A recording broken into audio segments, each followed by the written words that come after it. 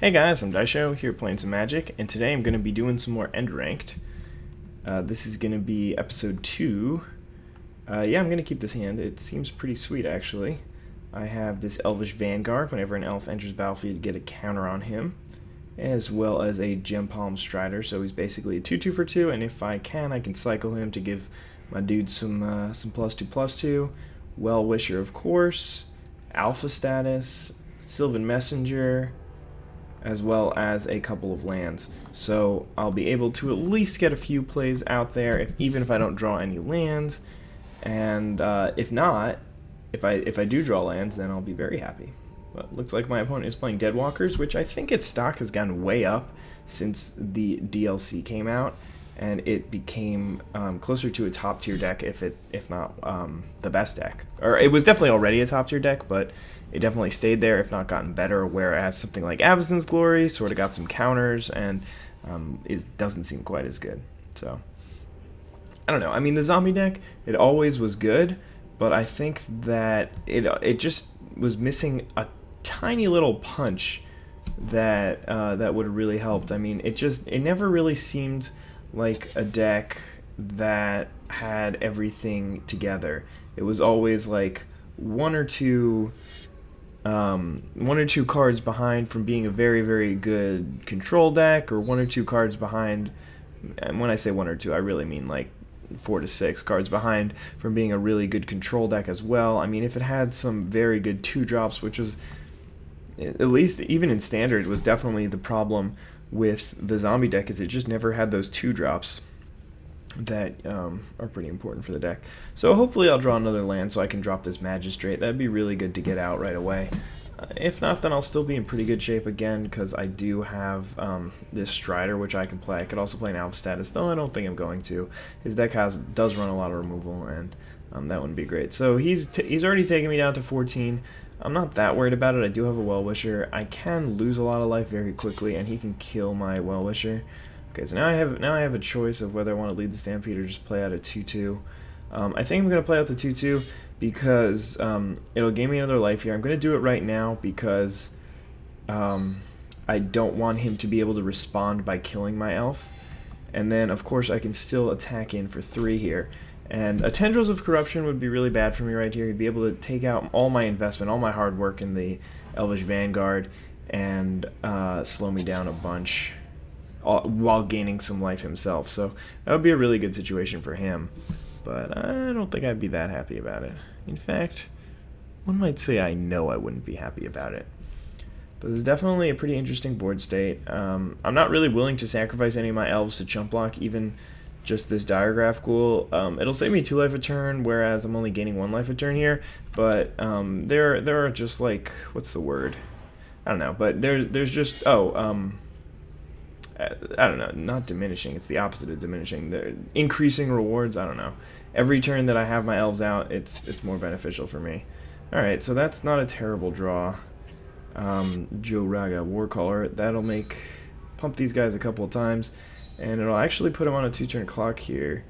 I'm still going to make the same play I made last turn with Well-Wisher. Just gain the 4 life right here. Definitely did not want to see that that Drops Messenger. But right now he actually can't Tendrils my Elvish Vanguard, even if he does draw the 4th land for it, because even though the Warcaller is sort of a temporary boost, he would need to take care of the Warcaller first before getting rid of this Vanguard. So that's pretty good for me. I also have this Alpha Status, which I can just toss on maybe even Well-Wisher or Jump Palm Strider. Alright, so he's going to play that thing. So that means it's 4-3, 4-3, 3-3. So that's 8-11. I would go down to 3 if he attacked with everything, but then he would lose on the swing back. So I don't really think that he can do that. At the same time, I'm not exactly sure what I can do here. Other than I can play an Alpha Status and get in, but that's not very good because he can just block with one of these Drops Messengers, who are actually quite good at blocking right here. So I think I'm just going to drop in a Zuri, and then ship the turn right back. Got myself a nice little 6/6 now. So, I mean, I can do some pretty good blocking. I actually want to, again, gain the life now. And a board stall sort of favors me. I mean, we both are kind of stuck on lands and have a bunch of cards in hand, and at least I know that I have some very good engines in hand. But, yeah, I'm giving him a nice little window. I mean, Izuri is not going to be that useful this game. He's kind of just an elf here because, at least for the foreseeable future, I'm not going to have any mana up, so yeah, we're okay. He could play the Undead Warchief. Undead Warchief? No, is that this? Lord of the Undead. Maybe it is Undead Warchief. And that would give him how much power? Well, it doesn't really matter, because I can still block with my Vanguard pretty favorably. But anyway, as I was trying to mention, I want to be doing stuff with my mana for the next very large amount of turns. So he's attacking with those two. That really leads me to believe that he's got a Tendrils. So rather than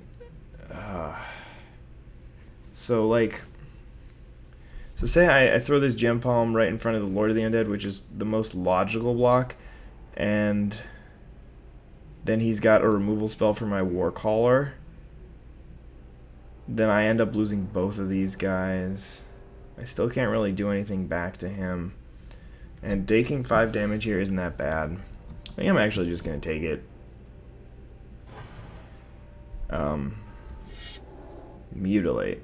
Alright, well that was his game plan. I still have this 6/6. So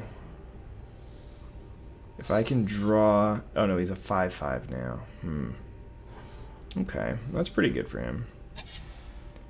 That's not terrible.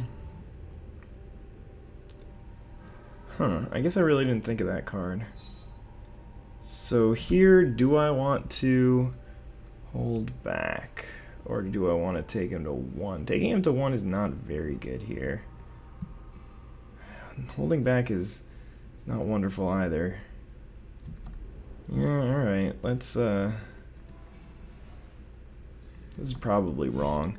Because if he's got any removal spell or any creature, then he can survive one more turn. It's really unfortunate the way the numbers worked out.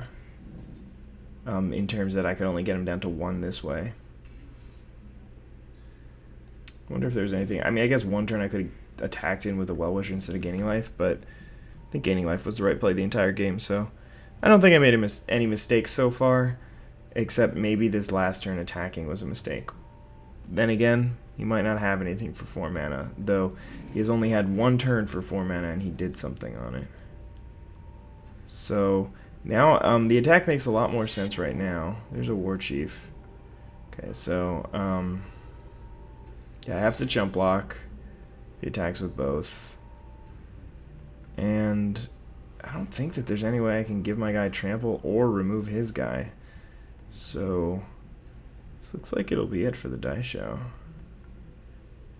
Yeah, there are no like spells in this deck, which is sort of an issue.